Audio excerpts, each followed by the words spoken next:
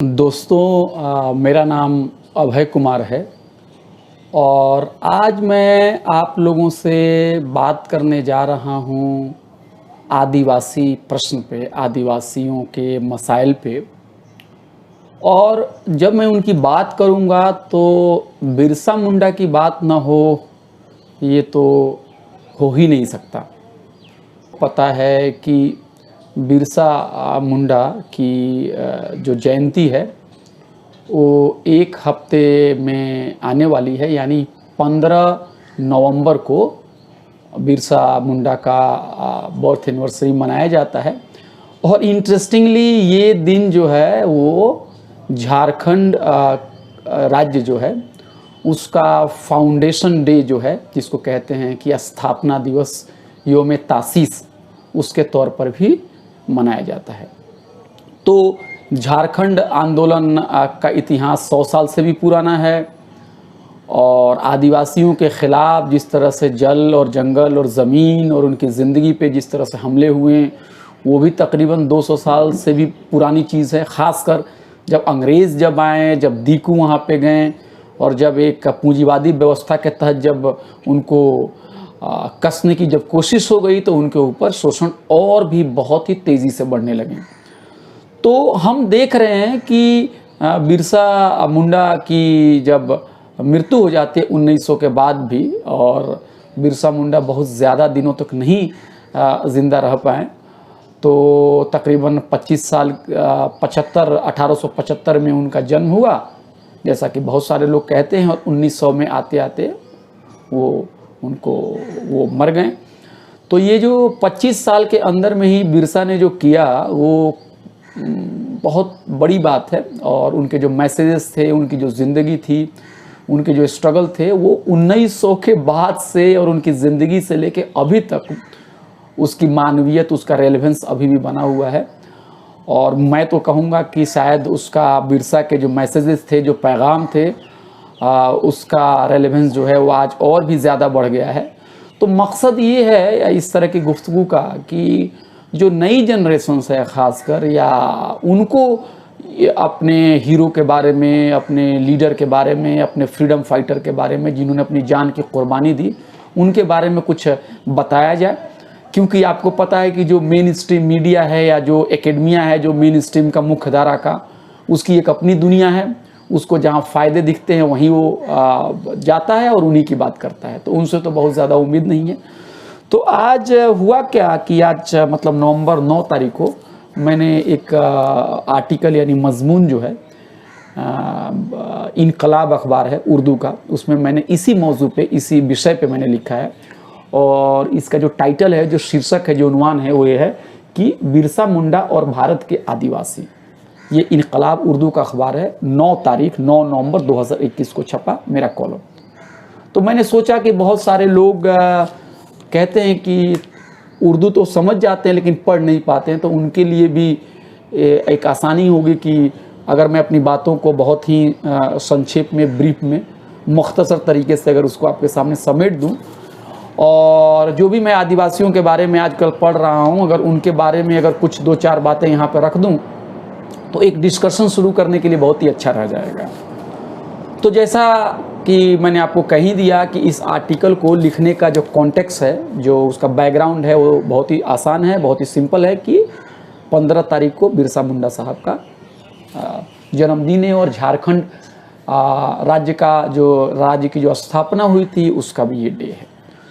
सबसे पहली बात ये है कि बिरसा मुंडा के ऊपर जो भी रिसर्च जो हुए हैं, ख़ासकर के सिंह साहब की जो किताब है बिरसा मुंडा और मिलेनियम करके, या के सिंह साहब ने जो भी किताब लिखी है ट्राइबल्स मूवमेंट के बारे में, तो उस किताब के अंदर में कुछ अच्छाई भी है और उस किताब की बहुत सारी कमज़ोरियां भी हैं। अच्छाई इस मामले में है कि जब मैं उस किताब को पढ़ रहा था तो बहुत सारे इन्फॉर्मेशंस उन्होंने गैदर कर दिए हैं, और आप सब लोगों को भी पता है कि आदिवासियों के बारे में लिखित इतिहास पाना या उनको एक जगह इकट्ठा करना ये इतना आसान नहीं है, क्योंकि वो ज़्यादातर सिस्टम से बाहर रहे हैं और उनके बीच में तालीम जो है, जो मॉडर्न तालीम जिसको हम कहते हैं, उसका उतना प्रसार नहीं था। तो इन्फॉर्मेशन तो कुछ मिल जाती है हमको के एस सिंह साहब के बारे में, लेकिन के एस सिंह साहब की जब आप किताबों को पढ़ते हैं तो आपको ये लगता है कि कहीं ना कहीं उनका जो पर्सपेक्टिव है वो स्टेट यानी जो राज्य है उसके चश्मे से वो चीज़ों को देख रहे हैं, राज्य के चश्मे को देख रहे हैं। और मुझे याद है कि के एस सिंह साहब की जो किताब है ट्राइबल्स मूवमेंट इन इंडिया, उसका जो वॉल्यूम नंबर 2 पढ़ रहा था, उसका जब मुकदमा जो इंट्रोडक्शन पढ़ रहा था, तो उसमें के एस सिंह साहब एक जगह ये कह रहे हैं कि आदिवासियों के बहुत ज़्यादा जो संगठन थे 1970 तक आते आते वो कांग्रेस के अंदर में पहले मिल गए हैं, या फिर कांग्रेस का वहाँ पे उभार हो गया और आदिवासियों के जो तंजीम थे, जो संगठन थे, वो कमज़ोर हो गए। इसके पीछे एक जुमला वो कहते हैं कि गरीबी हटाओ, जो कांग्रेस की जो पॉलिसीज थी उसने बहुत ही ज़बरदस्त काम किया और उसका ये असर था। मैं सुन के मैं हंस रहा था कि कहाँ गरीबी हटाओ, दिल्ली में दिया हुआ नारा, कितनी गरीबी उससे हटी ये तो आप सब लोग जानते हैं, लेकिन उसको कहीं ना कहीं आदिवासी आंदोलन से जोड़ देना कि लोग कांग्रेस के करीब आ गए और आदिवासियों का जो अपना एक ऑटोनमस मूवमेंट था और जो ऑटोनमस जो लीडर थे उनसे लोग निकल गए। तो इस तरह की बातें जब मैंने देखा तो मुझे भी लगा कि देखिए, इंसान अगर किसी इदारे के साथ, किसी संस्था के साथ जुड़ा हुआ है तो वो उसका कितना ऋणी होता है, कितना मकरूज होता है, कर्जदार होता है जब वो अपनी कलम को उठाता है। तो हम किसी और दिन इन मुद्दों पे बात करेंगे, के एस सिंह साहब के बारे में बात करेंगे किसी और दिन। बस सवाल पे आते हैं। तो बिरसा मुंडा साहब के बारे में सबसे पहली बात तो ये है कि वो मुंडा जो आदिवासियों का एक बहुत बड़ा समूह है, एक ग्रुप है आदिवासियों में, उनमें उनकी पैदाइश हुई थी और उन्होंने अपनी बहुत ही गरीब घर में थे। कुछ लोग कहते थे कि भेड़ चराते थे, कुछ लोग कहते थे कि बकरी चराते थे, कुछ लोग कहते थे कि बांसुरी बजाते थे, और फिर आखड़े जो होते थे उसमें वो रक्स करते थे, वो डांस भी करते थे।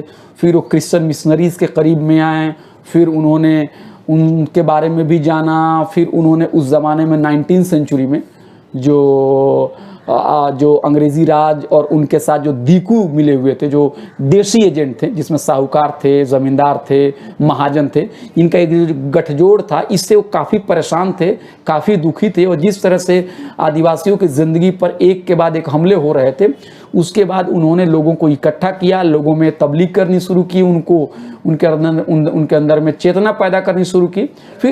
फिर जब अंग्रेज़ों को ये बात मालूम हुई तो अंग्रेज़ों ने उनको 1895 में उनको गिरफ्तार कर दिया और फिर 2 साल के लिए उनको कैद करके रखा। 2 साल के बाद जब निकले तो फिर उसके बाद वो फिर लोगों में प्रीच करने लगे। और फिर किताब में बात लिखी जाती है कि 1900 में हैजा से उनकी मृत्यु हो जाती है।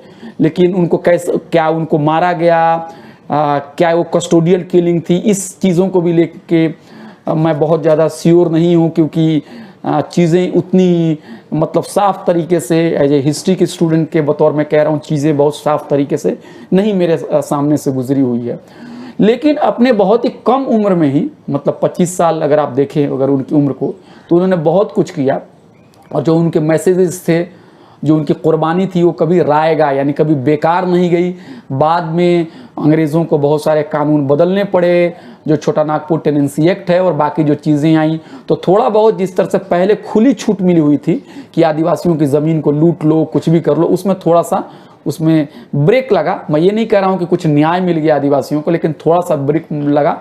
और उसके बाद से जिस तरह से झारखंड आंदोलन शुरू हुआ, एक सेपरेट आइडेंटिटी और एक सेपरेट राज्य को लेके और भी बहुत सारे डिमांड्स को लेके जब शुरू हुआ, खासकर जयपाल सिंह मुंडा और बाकी लोग ने जो उसको शुरू किया, तो उसमें भी बिरसा मुंडा जो हैं, उनका जो एक सिंबल है, उनके जो मैसेजेस हैं, जो पैगाम है, वो भी काफ़ी सेंटर में थे।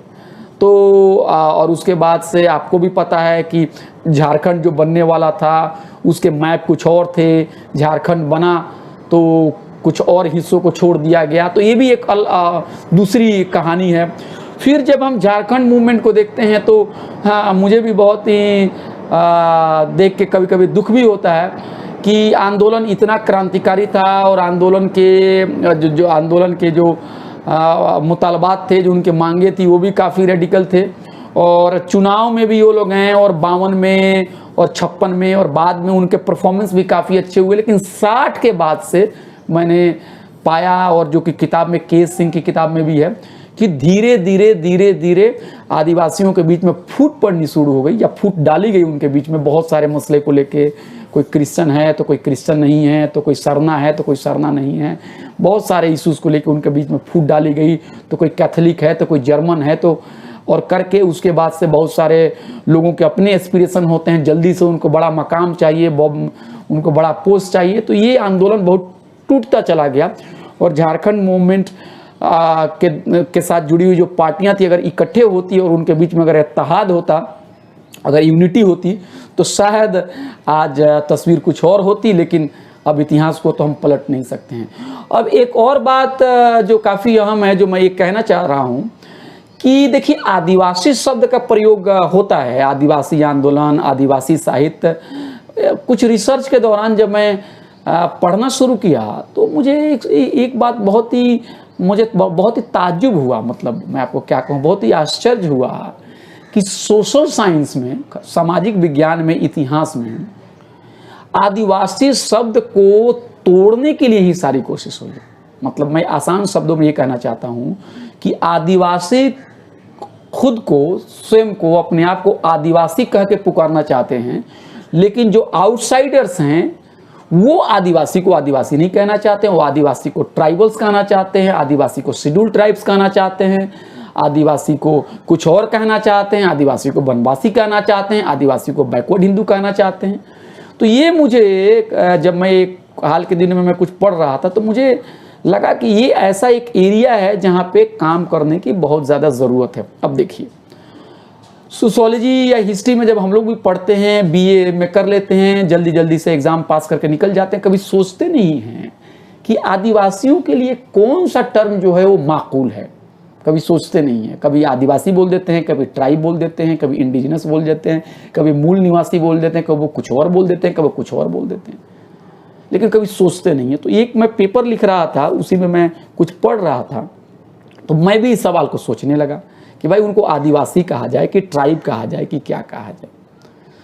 तो जब रिसर्च के दौरान मैंने कुछ लोगों की राइटिंग्स पढ़ी, खासकर इंद्रे बेती की राइटिंग पढ़ी, सोशियोलॉजिस्ट जो हैं, या फिर घूरे की पढ़ी, या फिर वर्जीनियस खाका की पढ़ी, तो मैं बहुत ही मुतमईन और संतुष्ट नहीं हुआ। उन लोगों का जो अप्रोच है, मतलब जो आदिवासियों के जो सवाल हैं, उनके जो अप्रोच है, उससे मैं बहुत ज़्यादा संतुष्ट नहीं हुआ। देखिए, अफसोस इस बात की है कि आदिवासी खुद क्या सोचता है, आदिवासी का इतिहास क्या है, आदिवासी की लड़ाई क्या है, आदिवासी खुद क्या चाहता है, इसको समझने की कोशिश ना एंथ्रोपोलॉजिस्ट कर रहे हैं, ना आपको सोशियोलॉजिस्ट कर रहे हैं, ना इतिहासकार कर रहे हैं, ना पॉलिसी मेकर कर रहे हैं, ना अंग्रेज़ों के ज़माने में किया था, ना बाद के ज़मानों में किया उन्होंने। तो हुआ क्या कि अंग्रेज़ के ज़माने में एडवर्ड सईद एक बहुत ही इंटरेस्टिंग बात कहते हैं कि कॉलोनियलिज्म जो है, जो उपनिवेशवादी दौर है, ये दौर पहले की हुकूमतों से एक मामले में बहुत ही डिफरेंट इस तरह से है कि इसके पास तो संसाधन बहुत ज़्यादा है, हथियार बहुत ज़्यादा है, मॉडर्न टेक्नोलॉजी बहुत ज़्यादा है, लेकिन एक और चीज़ ये है कि ये नॉलेज प्रोडक्शन भी करता है, नॉलेज प्रोडक्शन, नॉलेज गाड़ता है, इतिहास लिखता है, आपके बारे में जानकारी इकट्ठा करता है। तो एंथ्रोपोलॉजिस्ट भी जब कॉलोनियल टाइम में सब सारा प्रोजेक्ट शुरू हुआ, और जैसा कि लाल आसाद करके एक बहुत बड़े एंथ्रोपोलॉजिस्ट, उन्होंने कहा कि कॉलोनियलिज्म का और एंथ्रोपोलॉजी का बहुत ही गहरा रिश्ता है। और अंग्रेज़ जब हिंदुस्तान में आए तो उन्होंने ना सिर्फ ज़मीन को हड़पा, ना सिर्फ टैक्स लगाएं, ना सिर्फ जंगलों को अपनी निजी संपत्ति बनाई, ना सिर्फ आदिवासियों को जंगल जाने से रोका, उनको क्रिमिनल ट्राइब कहा, उनको पकड़ा, उनकी रोज़ी रोटी को बर्बाद किया, उनके ऊपर टैक्स लगाया। इतना ही नहीं किया, उन्होंने आदिवासी के ऊपर एंथ्रोपोलॉजिकल स्टडीज़ भी की उनके ऊपर, और उनको पाया अपने से अलग। अरे भाई, अगर कोई भी इंसान किसी के बारे में पढ़ना जाए या समझने की कोशिश करेगा, तो पाएगा कि वो आदमी उससे डिफरेंट है कि नहीं है डिफरेंट। लाल और पीला कभी एक नहीं हो सकता है, पीला और काला कभी एक नहीं हो सकता है। तो जब अंग्रेज हिंदुस्तान में आए, उनकी संस्कृति, उनका सोचने का तरीका, खान पान वो अलग था। जब उन्होंने आदिवासियों को देखा तो उनको लगा कि ये आदिवासी तो हमसे अलग हैं। और उस ज़माने में 19वीं सदी में क्या था कि 18वीं और 19वीं शताब्दी मतलब जो सदी थी 19th और 20th सेंचुरी में, उस ज़माने में जो सोशल साइंस में और साइंस में जो मेथोडोलॉजी बहुत डोमिनेट करती थी उसको बोलते हैं इवोल्यूशनरी थियरी। हर चीज़ों को इवोल्यूशन पे देखना कि एक विकास हो रहा है, एक चरण है, इतिहास को चरण में बांट कर देखना कि ये कोई बैकवर्ड सोसाइटी थी तो प्रिमिटिव सोसाइटी थी तो फ्यूडल सोसाइटी थी तो उसके बाद से मॉडर्न सोसाइटी आई तो इंडस्ट्रियल सोसाइटी, ऐसे उसको देखना। तो जो लोग अपने आप को इंडस्ट्रियलाइज कर लिए थे कि कैसे किए ये भी आपको पता है, दूसरों का धन और जमीन को लूट के उन्होंने जब इंडस्ट्रियलाइज किया अपने आप को, तो जो लोग इंडस्ट्रियलाइज नहीं थे उनको उन्होंने बैकवर्ड कहना शुरू कर दिया। अब अफसोस की बात यह है कि पूरा यूरोप भी 19th सेंचुरी में इंडस्ट्रियलाइज नहीं हुआ था, पूरी यूरोप की भी संस्कृति और पूरे यूरोप के सामाजिक हालत एक नहीं थे, तो भारत के कैसे हो सकते हैं और भारत में आदिवासी इलाके के कैसे हो सकते हैं। तो जब एंथ्रोपोलॉजिस्ट हिंदुस्तान में आए हैं तो उन्होंने आदिवासियों को देखा, तो कभी उनको ट्राइब कहा, तो कभी उनको कहा कि ये असभ्य लोग हैं, तो कभी उनको कहा कि ये तो एनिमिस्ट लोग हैं, जीववादी लोग हैं, कभी उनको कास्ट से जोड़ा, तो कभी उनको आपको शेड्यूल ट्राइब कहा। ऐसी पूरी कथा है उनका। तो उन लोगों ने, अंग्रेजों ने क्या किया कि आदिवासियों को दिखाया अपने से अलग, पिछड़ा। जो राष्ट्रवादी जो लोग थे, जो नेशनलिस्ट लोगों थे, जो थे एंथ्रोपोलॉजिस्ट थे, जैसे जीएस घूरे और बाकी जो लोग थे, जब उनको अंग्रेज़ों का ये जो क्रिटिसिज्म पैदा चला तो उन्होंने क्या किया, उन्हीं के आर्गुमेंट को उलट दिया उन्होंने। नहीं, अंग्रेज कर रहे हैं, कह रहे ये तो भारतीय समाज से कटे हुए हैं, अरे इनका तो हिंदू से कुछ लेना देना नहीं है, अरे ये तो अलग जिंदगी जीने वाले लोग हैं। मतलब पृथ्वीकरण, आइसोलेशन को उन्होंने जोर दिया। लेकिन घूरे आए तो घूरे ने भी आदिवासियों को समझने की कोशिश नहीं की। उन्होंने राष्ट्रवाद, जो कि ऊंची जातियों जो उसको लीड कर रहे थे, उनके मुताबिक आदिवासियों को कहना शुरू किया, नहीं ये तो हिंदू हैं, ये तो बैकवर्ड हिंदू हैं, ये अलग नहीं थे, ये सोसाइटीज़ के साथ रहे हैं, ये लार्जर हिंदू सोसाइटीज़ के अंदर हैं। और जब आप घूरे की पूरी किताब को पढ़ते हैं तो आप यही पाते हैं कि इसी बात को बार बार दोहराते हैं, अरे देखो ये आदिवासी जो है अपने आप को हिंदू कहता है, यहाँ तक आदिवासी लोग इस हिंदू रिचुअल्स को फॉलो करते हैं। तो मैंने पाया कि ये जो दोनों जो अप्रोच हैं आदिवासियों को लेकर, दोनों गलत है। ना आदिवासी पिछड़ा है, ना आदिवासी असभ्य है, और ना आदिवासी हिंदू हैं। आदिवासी हैं आदिवासी हैं। जैसे आप हैं और मैं हूं, ना आप मैं हूं और ना मैं आप हैं, उसी तरह से आदिवासी हैं। तो देखेंगे ये 19th सेंचुरी के साथ आदिवासियों को अपने आइडेंटिटी में कॉप्ट करने की कोशिश राष्ट्रवादियों ने किया और अंग्रेज़ों ने उनका शोषण किया, उनके संसाधनों का। और उस शोषण में सिर्फ अंग्रेज नहीं, देशी लोग भी थे, यहाँ के स्वर्ण जाति के लोग थे, साहूकार थे, जमींदार थे, और माइग्रेशन भी वहाँ बढ़ा। और बदकिस्मती देखिए कि 19वीं सदी में और 18वीं सदी में पूरी दुनिया और यूरोप इनलाइटनमेंट की बात कर रहा है। वो कह रहा है कि लेबर को फ्री करने की ज़रूरत है, जिसको जहाँ मन करेगा वहीं नौकरी करेगा। हम लोग मार्क्सिज्म भी पढ़ते हैं कि एक्स्ट्रा इकोनॉमिक कोर्सन नहीं होना चाहिए। लेकिन यहाँ क्या हो रहा है कि उनके जल जंगल जमीन को हड़पा जा रहा है और आदिवासी लोगों को पकड़ के माइंस में काम कराया जा रहा है, उनको चाय बागान में लेके चला जा रहा है, तो वहाँ उनको बंधुआ मजदूर बनाया जा रहा है। दूसरी जगह पे मजदूर खुद को आज़ाद कर रहे हैं, और भारत में क्या हो रहा है कि मजदूर को गुलाम बनाया जा रहा है। आज़ादी मिली, अंग्रेज़ों को तो क्रिटिक करने में बहुत दिक्कत नहीं थी, राष्ट्रवादियों को आज़ादी मिली।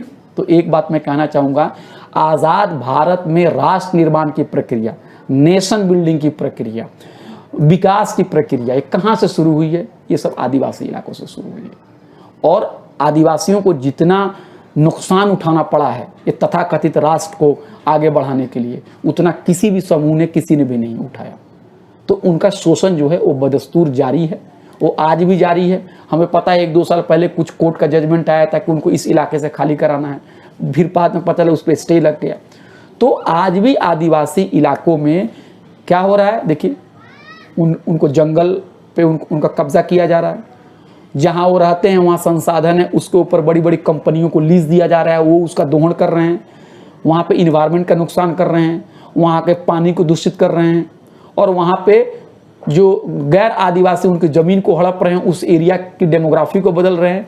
और आदिवासी क्या हो रहे हैं, शहरों में आके लेबर का काम कर रहे हैं, घर घर में जाके छोटा मोटा काम कर रहे हैं। उनको कोई सैलरी नहीं है टाइम पे मिलता, उनके कोई हुकूक नहीं है। तो ये बहुत ही अफसोस और बहुत ही दुख की बात है। और इसीलिए बिरसा मुंडा साहब जो हैं, उनका जो स्ट्रगल है वो काफ़ी अहम हो जाता है। और मैं एक बात और आखिर में कहना चाहता हूँ कि आदिवासियों के बीच में भी बहुत सारी विभिन्नता है। आदिवासी भी डिफरेंट रीजन में रहते हैं, कोई सेंट्रल इंडिया में है तो कोई आपको नॉर्थ ईस्ट में है। उनके अंदर में भी बहुत सारी आदिवासी की जातियाँ पाई जाती हैं, उनमें भी सब लोग एक बराबर नहीं हैं। तो हम लोगों को इन तमाम इंटरनल कंट्राडिक्शंस को भी ध्यान में रखते हुए जो एक लार्जर थ्रेट है, जो कि उस आइडेंटिटी मतलब वो आदिवासियों के ऊपर जो हमला है, इसके ऊपर भी हम लोगों को मिल के काम करने की ज़रूरत है। और एक और बात ज़रूरी है कि एंद्रे बेते और घूरे और जितने भी मेन स्ट्रीम एकेडमिक्स में जितने भी लोग बैठे, उनका सिर्फ एक ही काम है, आदिवासी नहीं है। और कई जगह एंद्रे बेते भी लिख रहे हैं कि आदिवासी को आदिवासी बनाने का एक पॉलिटिकल प्रोजेक्ट है, ताकि वो सरकार से जो है वो फ़ायदा उठाते रहें। मैंने जब ये बात पढ़ी तो मुझे लगा कि मैं पत्थर से उठा के सर को फोड़ लूँ। अरे कौन किससे फ़ायदा उठा रहा है भाई? राज्य जो है वो आदिवासी इलाके को लूट के मालदार बन रहा है और अपने चमचों को मालदार बना रहा है, पूंजीपतियों को मालदार बना रहा है, या आदिवासी मालदार बनने के लिए अपने आप को झूठा बोल रहे हैं आदिवासी बोलने के लिए। तो एकेडमिक्स में बैठे लोग भी किस तरह से उन्होंने आदिवासी सवाल के साथ अच्छा नहीं किया। मैंने वर्जीनियस खाका का भी आर्टिकल एक 1999 में EPW में पढ़ा, वो भी आदिवासी की जो आइडेंटिटी है उसको भी लेके वो बहुत ज़्यादा खड़े नहीं होते हैं। और उसको भी मतलब किसी और दिन इसमें मैं बात करूंगा कि ये आदिवासी नहीं है तो वो आदिवासी नहीं है, तेरे आदिवासी कैसे कहा जा सकता है? तो आदिवासी तो वो है जो पहले इस कंट्री में सेटल्ड हुआ। तो चलिए नॉर्थ ईस्ट चलते हैं, वहाँ पर आदिवासी से पहले गैर आदिवासी वहाँ पर रहे हुए हैं। अरे यूरोप में और अफ्रीका में जो अमेरिका में आदिवासियों के साथ जो हुआ वो इंडिया में नहीं हुआ। तो तरह तरह से आदिवासी की आइडेंटिटीज़ को ये लोग क्या करते हैं, उस पर प्रश्न लगाते हैं। तो सवाल, सबसे अहम सवाल ये है कि आदिवासियों के बीच में एक यूनिटी की ज़रूरत है। और इस यूनिटी के साथ ये भी याद रखने की ज़रूरत है कि उनके बीच में भी डिफरेंसेस हैं। आदिवासियों के बीच में भी जो सबसे कमज़ोर हैं, उनका पहला अधिकार होना चाहिए संसाधन के ऊपर। और दूसरी बात यह है कि हमें आदिवासियों की आदिवासी आइडेंटिटी के ऊपर जिस तरह के क्रिटिसिज्म इंटेलेक्चुअली आए हैं, उसको जवाब देने के लिए कोशिश करने की ज़रूरत है। और एक कलेक्टिव कोशिश होगी, ये कभी अकेला नहीं हो सकता है, कोई अकेला नहीं हो सकता, क्योंकि उनके पास वसाइल ज़्यादा हैं। इसलिए हमको आंदोलन भी करना है और इंटेलेक्चुअल जो असल्ट है हम लोग के ऊपर, उसको भी हमें जवाब देने की ज़रूरत है। इसी कड़ी में मैंने सोचा कि आज जो मैंने अपना मजमून यहाँ पे लिखा है, जिसका टाइटल है कि बिरसा मुंडा और भारत के आदिवासी, मैंने सोचा कि इसी कड़ी में इसको एक छोटी सी गुफ्तगू कर लें। अगर आपको मेरी बात अच्छी लगी तो इसे दूसरे लोगों तक भी पहुंचाइए। अगर आपके कुछ सवालात हैं तो भी हमें भेजिए, और आपको लगता है कि मैंने कोई बातें कही जो कि सही नहीं है, उसको भी मुझे बताइए, ताकि अगली बार मैं कोई गलती ना कर सकूं। मैं अभय आप सब लोगों का एक बार फिर से थैंक यू बोलता हूं जी।